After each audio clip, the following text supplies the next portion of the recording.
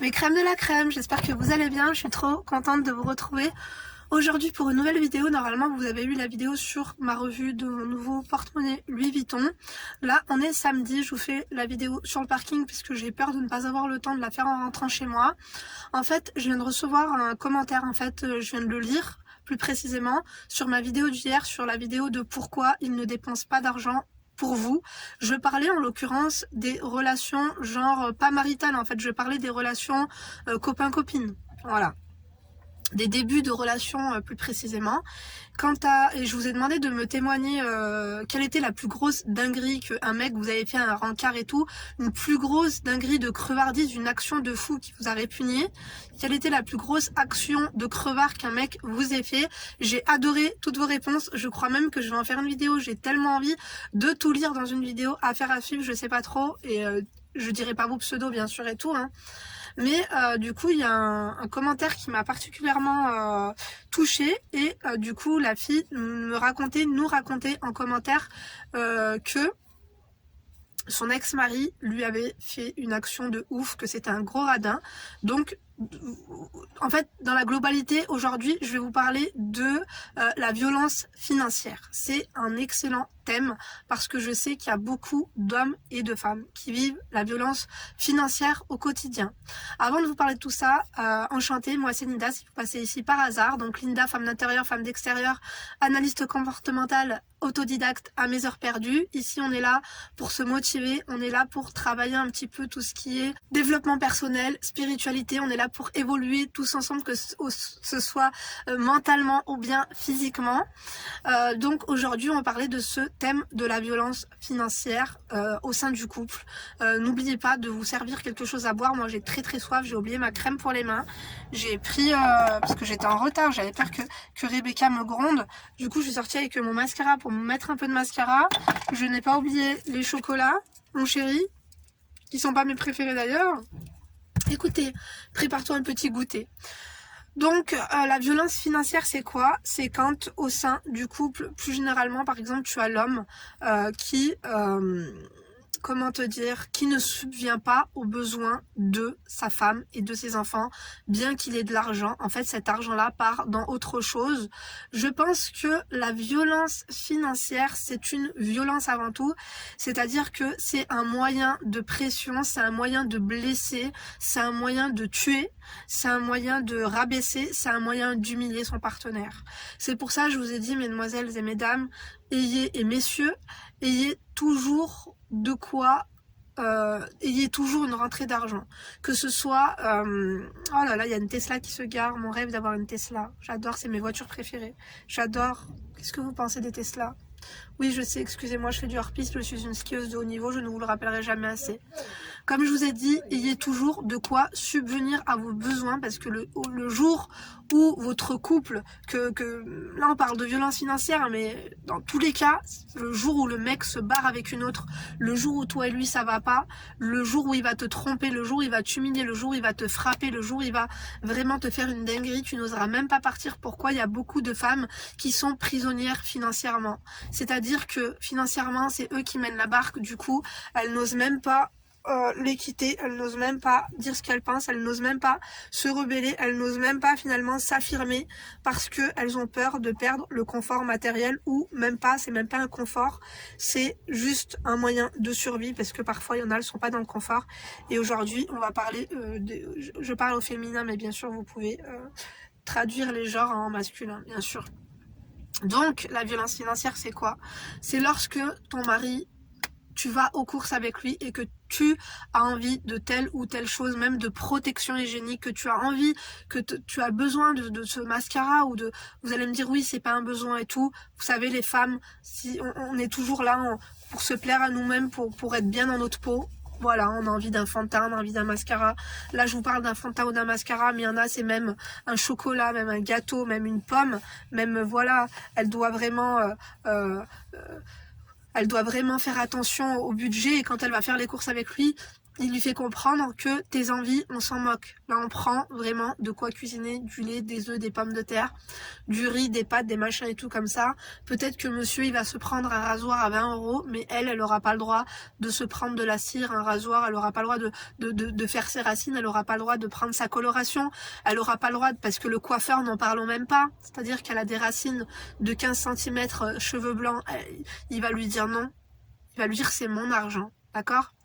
Et pour en revenir au commentaire que m'a laissé une de mes crèmes, elle me disait, Linda, tu sais, moi, mon ex-mari, ce qu'il m'a fait, quand j'ai accouché, j'ai perdu énormément de poids. Le commentaire, vous pouvez le retrouver, hein, d'ailleurs. Vous savez quoi, je sais pas si je vais faire la vidéo sur toutes vos anecdotes, mais sachez que vous pouvez retrouver toutes les anecdotes en question lors de la vidéo d'hier. Du coup, j'essaierai de vous la mettre en barre d'informations. Vous êtes autonome, hein, vous êtes grand, vous pouvez très bien la retrouver vous-même. Le titre, c'était pourquoi ton mec ne te paye rien. Voilà, pourquoi il ne te paye rien. Donc la fille me dit, Linda, à mon accouchement, j'ai perdu beaucoup de poids et j'avais besoin de m'acheter de nouveaux pantalons parce que mes pantalons n'étaient plus à ma taille. Et mon mari m'a dit, au lieu de t'acheter des pantalons, tu as des ceintures, mets des ceintures. Mets des ceintures. Vous imaginez l'humiliation? C'est-à-dire que elle veut pas un sac, elle veut pas un parfum. Elle demande à son mari, chérie, j'ai porté tes enfants dans mon ventre. Voilà. Pour, je sais pas pour quelle raison, elle a perdu du poids. Peut-être parce que, voilà, c'était un radin qui lui menait la vie dure, etc. On ne sait pas. Quoi qu'il en soit, il lui a dit, je ne vais pas t'acheter des pantalons, tu as des ceintures, tes pantalons te vont trop grands, tu vas quand même, t'as vu le pantalon là qui est très très grand, tu vas quand même l'enfiler et tu vas mettre une ceinture dessus. Est-ce que vous trouvez pas ça humiliant? Est-ce que vous trouvez pas ça dégradant? Est-ce que vous trouvez pas ça méchant? C'est petit? C'est quoi cette radinerie-telle? Parce que comme on dit, il y a radin et radin. Un radin ne dépensera même pas l'argent pour lui. Un mec qui fait attention, qui est vraiment très très radin, qui a des objectifs d'épargne. Voilà, il s'est fixé de mettre 25% de ses revenus en épargne. Voilà, il y a des mecs qui tiennent leur comptabilité, c'est leur kiff. On ne va pas leur en vouloir. Peut-être qu'ils ont un projet, on sait pas. Mais les radins ne dépensent même pas pour eux, ne dépenseraient même pas pour leur mère. Tu vois ce que je veux dire? Mais il y a des hommes qui dépensent pour eux, c'est-à-dire que eux-mêmes, le midi, ils vont manger à la Brioche Dorée, ils vont manger au McDo, ils vont manger au resto avec leurs potes, ils vont, tu vois. Mais lorsque c'est pour leur femme, non. Ils vont la restreindre. C'est-à-dire qu'il y a des gens qui ne mangent même pas à leur faim parce qu'elles sont dépendantes financièrement de leur mari. Leur mari leur fait vivre une violence financière incroyable. La violence financière, aujourd'hui, je vous parle de la violence financière matrimoniale, mais vous savez très bien, peut-être que vous-même avez vécu, étant enfant, vous avez vécu dans un foyer où il y avait de la violence financière. Il y a des hommes qui font vivre, et des femmes, hein, parce qu'il y a des femmes aussi qui tiennent le pantalon et qui tiennent les finances et la gestion budgétaire du couple. Il y a des femmes et des hommes qui font vivre la violence financière à leurs enfants également. C'est-à-dire que vous voyez les enfants, leurs parents ont la prime, vous savez, à la rentrée, la prime qui est de minimum 320 €, il me semble. Et ben il y a des enfants qui vont à la rentrée avec des vêtements pas à leur taille, des vêtements usagés, des vêtements que parfois leurs parents, c'est des voisins qui leur ont donné ou qui ont acheté au Puce ou au Brocante ou je ne sais quoi, à Emmaüs et compagnie. Ces enfants-là, toute l'année, ils vont faire avec la même paire de baskets, c'est-à-dire que la basket, la semelle, elle va être usée, peut-être qu'au bout où il y a le pouce, ça va être troué. Ils vont pas acheter de vêtements à leurs enfants. C'est-à-dire que moi, je me rappelle quand j'étais petite, on allait à la cantine. Moi j'allais pas à la cantine, je voulais rester dehors avec mes copines qui n'avaient pas la cantine. Ma mère me donnait de l'argent, elle me donnait pas non plus 10 € pour aller au resto, mais elle me donnait de quoi m'acheter un sandwich. Mes copines, leurs parents ne leur donnaient même pas 1 €. Vous savez, il y avait les petites pizzas, je pense que vous avez tous dans votre ville. Nous, à Hubert-du-Bedou, ou à Grand Place, on avait les pizzas à 1 €. Et ben, c'est-à-dire que même 1 €, les parents ne donnaient pas à leurs enfants. C'est-à-dire que tu veux que ta fille tu veux que ta fille fasse quoi? Qu'elle aille arracher des sacs à main? Qu'elle aille voler? Qu'elle aille cambrioler? Il était question de ça. Les parents fermaient les yeux. Quand ils voyaient même leur fille rentrer avec des sacs, avec des accessoires, avec du shopping, comment elles peuvent se procurer tout ça alors que tu ne leur donnes pas d'argent? C'est pour ça que je vous ai dit, pour en revenir à la dépendance financière, ne soyez jamais dépendante financièrement de votre mari ou de votre femme. Il est primordial que vous ayez une petite source de revenus pour faire face et pour mettre de l'argent de côté. Mettre de l'argent de côté, je vous dis pas mettre de l'argent de côté pour vous acheter un sac, pour un portefeuille, pour que sais-je, pour partir en voyage. Mettre de l'argent de côté au cas où, c'est super important, au cas où un jour il arrive un pépin. Un pépin, c'est quoi? Le jour où ton mec te fout une baffe et que tu vas même pas oser aller déposer plainte, ou tu vas même pas oser te barrer parce que financièrement tu dépends de lui pour te nourrir. On parle de besoins vitaux, se nourrir, se vêtir et se loger. Tu n'as pas ces trois besoins-là, tu dépends de lui. C'est une humiliation parce que finalement, si toi tu réussis, même en ayant un mi-temps, même, disons-le clairement et franchement ici, faites du black, faites le ménage, gardez des chiens, gardez des chats, même tu sais à la sortie scolaire, 1 ou 2 heures, en gardant le gosse de la voisine ou je ne sais quoi. Et il y a toujours cette petite source de revenus et toujours un minimum d'épargne. Moi je dis même une enveloppe de secours de 500 €, c'est très peu, c'est très peu. Il faudrait la doubler cette petite enveloppe de secours.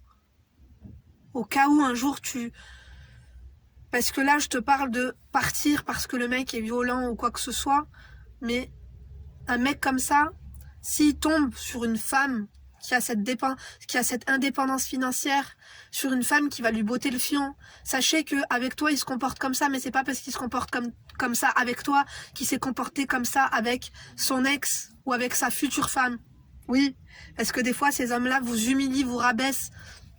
Vous ne les intéressez plus, pour eux, vous êtes des mouchoirs usagés, vous êtes des sous-merdes, vous êtes des feuilles mortes qu'on a marché dessus et on les a rendues poussière.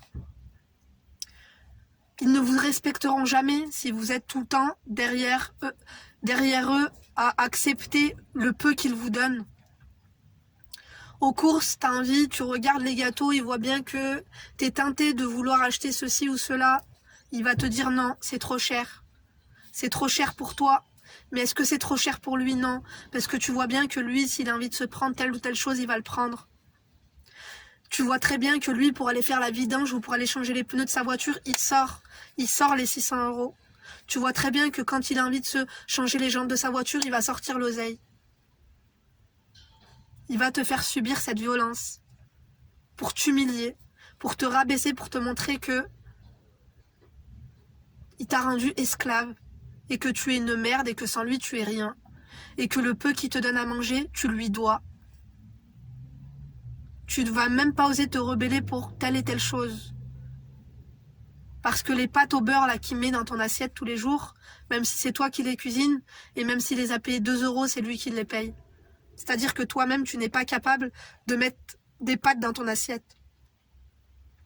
C'est-à-dire que toi-même, tu n'es pas capable de t'acheter tes serviettes hygiéniques. Toi-même, tu n'es pas capable, lorsque tes culottes seront usagées et qu'elles seront trop vieilles ou qu'elles seront l'élasticité de tes culottes en coton, elle sera plus au rendez-vous. C'est-à-dire que toi-même, en fait, tu n'auras même pas un peu d'argent pour aller t'acheter tes culottes. Tu vas aller lui quémander d'aller t'acheter des culottes. Il va te dire qu'elles sont trop chères. Tu vas le saouler, il va te dire allez, prends des culottes avec la marque 1 là, à Carrefour. Tu vas aller prendre des culottes comme ça qui coûtent pas cher. C'est-à-dire que même tes chaussures, ça fait 3 ans que tu les as, elles sont usées, elles sont pourries, elles sont périmées. Il veut pas te changer tes chaussures. Tu lui demandes, tu lui réclames, il en a marre de réclamer. Il sait que tu les veux, tu lui as déjà demandé, il t'a dit non. Ça fait 2 ans que tu lui as demandé. Est-ce que même il aurait daigné t'en acheter sans même que tu lui demandes? Il n'a pas des yeux, il a besoin d'aller chez l'ophtalmo, il voit pas. Vous savez, des fois, vous regardez des gens, vous leur dites « Pourquoi t'es maigre comme ça ?» Des fois, les gens ont faim. Vous savez, en 2021, il y a des gens qui ont faim. Des fois, il ne faut pas se fier à un sourire.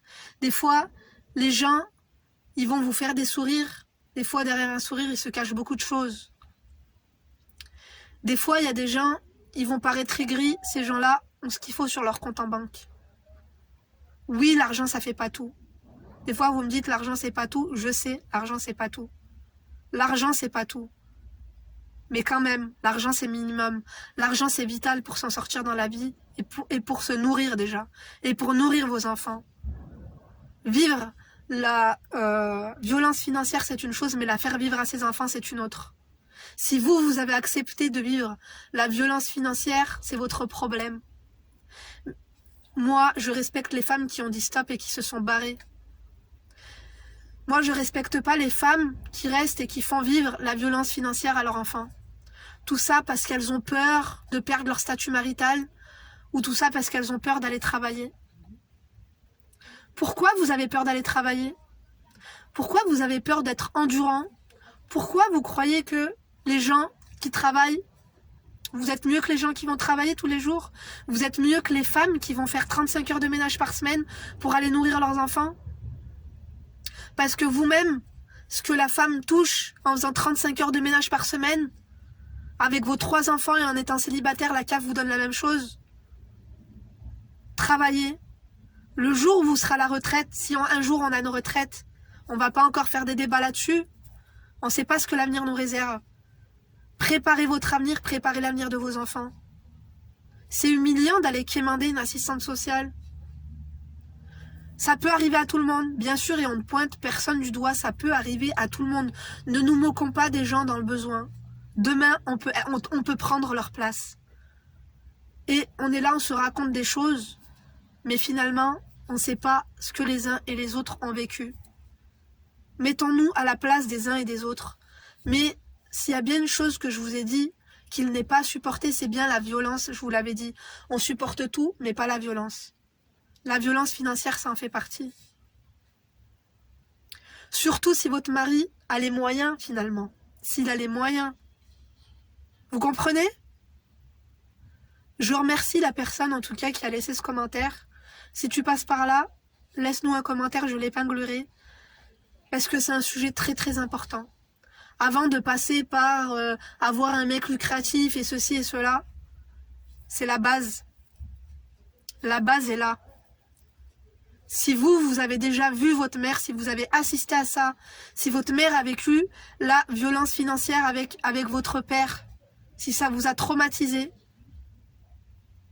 je me fais pas de soucis pour vous. Je sais que vous aurez, mine de rien, avec cette expérience de vie tragique, vous aurez appris la leçon de l'indépendance financière. Fais n'importe quoi comme travail, fais-le, rapporte ton pain. En fait, il y a des gens qui vivent et qui dorment, qui vont se coucher avec un mal de ventre. Pas un mal de ventre de gastro, pas un mal de ventre digestif, un mal de ventre de faim. Personne ne peut vivre ça. Parce qu'encore une fois, on parle beaucoup de matériel, mais moi là je vous parle de choses vitales, telles que la nourriture, telles que le chauffage. On sait qu'il y a des gens qui souffrent par rapport au chauffage et qui ne se chauffent pas très bien l'hiver. Allez travailler, mes chéris. Si un homme vous fait vivre la violence financière, quittez-le.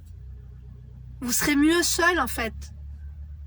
Tu mettras ce qu'il faut dans ton assiette sur ta table pour tes enfants, mais ce qu'il y aura, ce sera toi qui l'auras choisi. Je vous jure. Des fois, on se demande pourquoi il y a des gens qui grossissent comme ça après le mariage. Vous savez pourquoi? Moi, je vais vous le dire. Et c'est surtout dans les pays pauvres ou dans les familles pauvres que des fois, on a des copines, elles étaient comme ça, elles ont tout le temps été comme ça. Elles ont gonflé comme ça. Après leur mariage, elles ont pris 20 kilos. Pourquoi? Parce qu'elles ont été à l'aise. Parce qu'elles sont tombées sur un mec bien qui leur a fait manger tout ce qu'elles auraient déjà voulu manger. De la viande, des confiseries. Il y a des gens, quand ils sont petits, quand ils étaient petits, et vous vous reconnaîtrez peut-être, ils n'avaient même pas le droit d'acheter des barres chocolatées au supermarché, ils en rêvaient. Ils rêvaient d'un McDo. Leur père leur disait non. Leur mère, la pauvre, leur disait c'est comme ça. Malheureusement, votre mère aurait dû vous montrer le bon exemple. Elle aurait dû se séparer de votre père, aller travailler, vous serez sortis tous ensemble, job étudiant, après l'école, tu trouves un job, tu travailles, tu aides ta maman. Rester dans un foyer d'amour. Oui, l'argent, c'est pas tout. Mais quand même, moi je vous le dis toujours, parce que vous me dites toujours, il y a argent et argent. Il y a l'argent vital quand même, et qu'il ne faut pas oublier. Oui, ne faites pas vivre la violence financière à vos enfants et ne vous la faites pas vivre vous-même. Vous ne méritez pas ça et personne ne mérite ça. On a la chance de vivre en Europe. Qui veut du travail le trouve. Moi, j'ai fait des travails ingrats dans ma vie, je vous l'ai dit, j'en ai jamais eu honte. J'ai fait la surveillance en cantine, j'ai lavé les classes. Les classes actuelles où mes filles vont à l'école, je les ai lavées. Je faisais le ménage dans les salles de classe. Je faisais même le ménage à la mairie de ma commune. Je faisais le ménage à la banque. À la banque. Je faisais le ménage dans des hôtels. Petit à petit, j'ai pris ce qu'il y avait. Pourtant, j'ai été à l'école, pourtant j'ai grandi en France, pourtant mes parents ont les moyens. J'ai jamais trouvé un job plus ingrat qu'un autre. Bien qu'ils étaient ingrats, moi je les ai acceptés. Tout ça pourquoi? Tout ça pour avoir mon argent. J'ai commencé à travailler très tôt. Et quand j'allais à l'école, j'étais contente d'avoir ma petite carte de retrait. J'avais un plafond de 40 € par semaine. Je retirais mes 40 €. Des fois, je voulais me faire des kiffs. Je me payais un KFC, un McDo ou autre. Tu vois? Un fond de teint, rouge à lèvres, quelque chose. Travailler.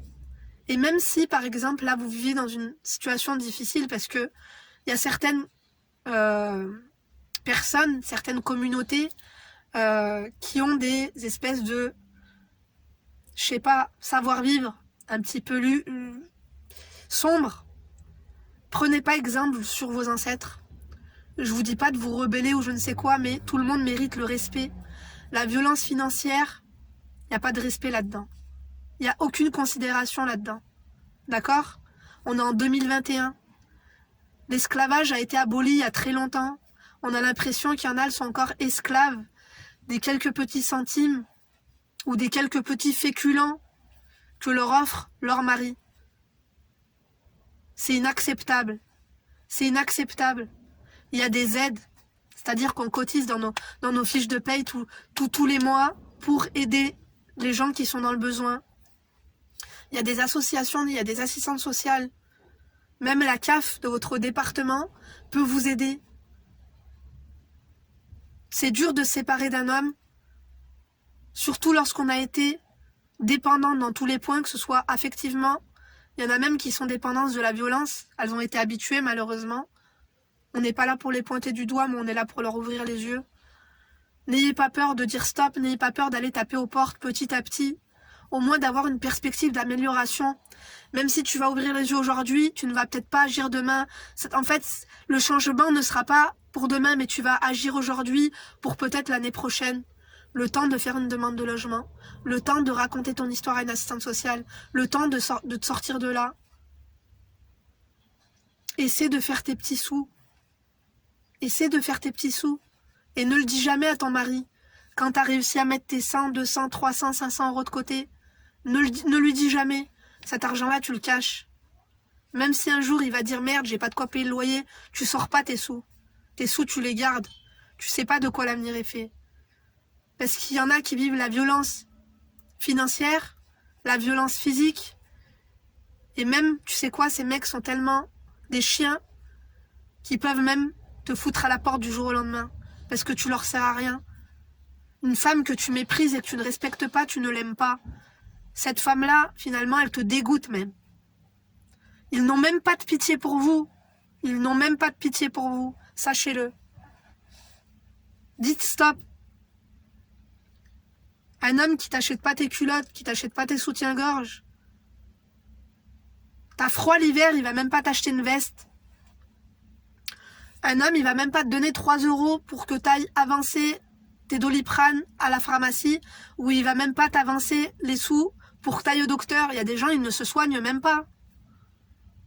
Je regarde à droite à gauche pour voir si ma mère arrive, mais vraiment, les amis, ça fait 24 minutes qu'on parle et que ma mère est toujours pas là. Et encore, je me suis crié dessus parce que j'étais en retard. Mais c'est ma mère, ça, je supporterai tout avec elle, je vous jure. C'est une queen, c'est une diva, qu'est-ce que vous voulez que je vous dise? Oui, je change un peu de sujet, mais je pense avoir tout dit. Je compte sur vous pour me dire ce que vous en pensez, pour me donner vos témoignages. En tout cas, force à vous, force à toutes celles et ceux qui sont passés par là, qui ont réussi à évoluer, qui ont réussi à s'en sortir. Si vous êtes encore dans cette situation, ouvrez les yeux, essayez d'agir, ne restez pas dans cette situation, il n'est jamais trop tard, que vous ayez 30, 40, 50 ou 60 ans, c'est pas normal. N'ayez pas honte de toquer la porte d'une association, de votre mairie, de votre CCAS, d'une assistante sociale, de votre CAF. N'ayez pas honte de raconter tout ça. Il n'y a pas d'échec dans la vie. Il y a juste des leçons à en tirer. Parce que vous savez, une vie qui a été faite sans erreur, ça fait de nous une personne qui n'est pas accomplie. C'est en faisant les erreurs que l'on devient intelligent et que l'on apprend et qu'on tire les meilleures leçons de la vie. Une leçon que l'on va apprendre dans un livre ne sera pas la même que l'on aura appris avec nos erreurs. Est-ce que vous aurez compris? En tout cas, encore une fois, je vous remercie. Je vous remercie de m'avoir écouté jusqu'ici. Je suis heureuse parce que dans cette chaîne, finalement, c'est la mienne, mais c'est aussi la vôtre. C'est vous qui amenez les sujets. Je vous remercie de participer à chaque fois, de nous raconter avec sincérité, à cœur ouvert, vos expériences. Vous n'avez pas honte de vous livrer. Je vous remercie. Je sais qu'il faut du courage. Et le courage de vouloir être heureux. Le bonheur, ça nous appartient tous. Le bonheur nous n'est pas dû. Le bonheur, il est dû à personne. Le bonheur, il se construit. On peut décider de vouloir être heureuse. Il faut juste que tu le décides. Il faut juste que tu le décides. Parce que parfois, dans ton malheur, tu es matrixé. Tu as l'impression que toute ta vie va être ainsi, que tu ne pourras jamais t'en sortir. Sache que tu as tort. Réveillez-vous. Je vous embrasse très fort. N'oubliez pas de liker la vidéo si elle vous a plu, de disliker si elle vous a déplu, de fucker si vous êtes enragé et de toser si vous êtes des enfoirés. On déteste les enfoirés, bien évidemment. Je vous remercie. N'oubliez pas de vous abonner. Une vidéo par jour, 2 vidéos le dimanche, parfois 2 vidéos pendant les vacances. 1000 merci à vous tous et à toutes. Laissez-moi un emoji voiture quand je fais un blabla en voiture comme ça. Je vous donne rendez-vous demain. Demain, c'est dimanche pour une nouvelle vidéo. D'ici là, bien sûr, ne vous laissez pas faire. Réfléchissez bien à tout ce que je vous ai dit. Je vous aime.